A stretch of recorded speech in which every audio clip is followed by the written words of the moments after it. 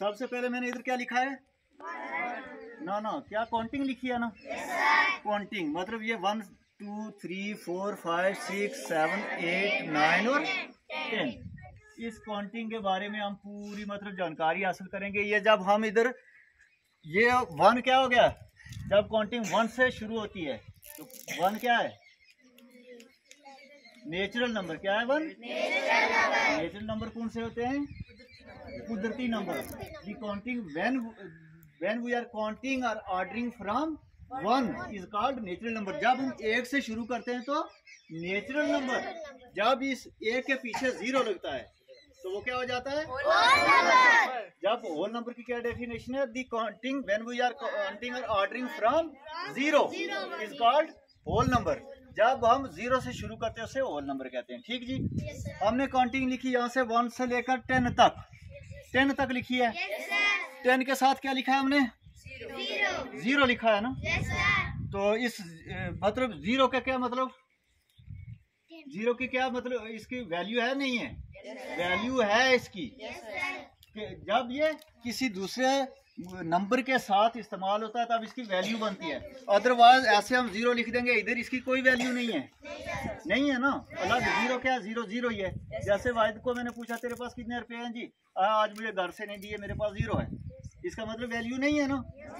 अगर इधर जब ये दूसरे 0 किसी दूसरे नंबर के साथ जाता है तो उसकी वैल्यू हो जाती है। क्या वैल्यू हो गई? इधर जैसे हमने काउंटिंग करके ले गए 1 2 3 4 5 6 7 8 9 और 10 तक ये यहाँ जाके इसकी वैल्यू होगी। और ये 10 की वैल्यू 1 और 0 क्यों आया इसको हम प्रूफ करेंगे आज। 1 और 0 क्यों आया इसको हम प्रूफ करेंगे। फॉर एग्जाम्पल ये इधर हमने लिखा 1, एक तीली। ठीक है जी। आगे क्या है? 2। काउंटिंग करते जाना।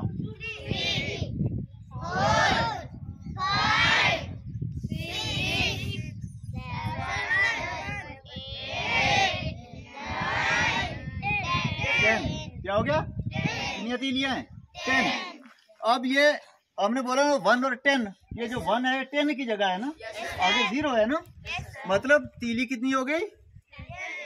पहले तीली थी ना हमारे पास, अब ये बंडल हो गया। ठीक है जी। ये हो गया ना 10। अब इस बंडल को हम बांधते हैं रस्सी से। क्या करते हैं? रस्सी से बांध दिया। ठीक है जी। अब ये कितनी हो गई? क्या हुआ? एक बंडल हो गया। ठीक है जी। तीली को है मेरे पास खुली हुई। कितनी है? 0। कितनी है? 0 तीली।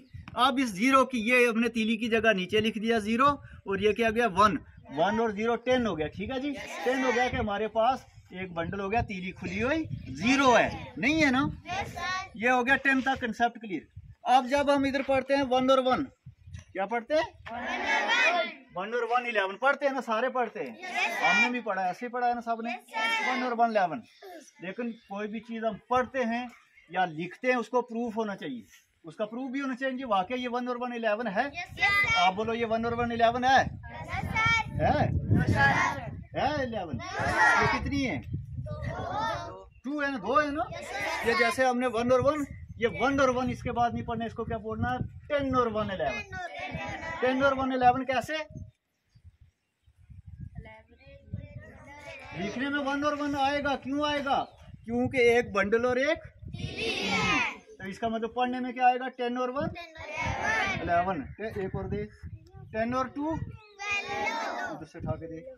10 और 2 10 और 3 10 और 4 10 और 5 10 और 6 10 और 7 10 और 8 10 और 9 19। आगे देखना अब क्या होगा। आगे क्या लिखा है उधर? 2 0 20 है ना। जब हमने 10 और 9 तक गए, आगे हम फिर चले गए 2 0 का मतलब क्या? एक बंडल में कितनी तीलियां हैं? दूसरे में कितनी हैं? 10 और 10 कितने हो गए? 20। इसको भी बांध देते हैं इधर रस्सी से हम। फॉर एग्जाम्पल हमने ये रस्सी से बांध दिया। हमारे पास कितने बंडल हो गए?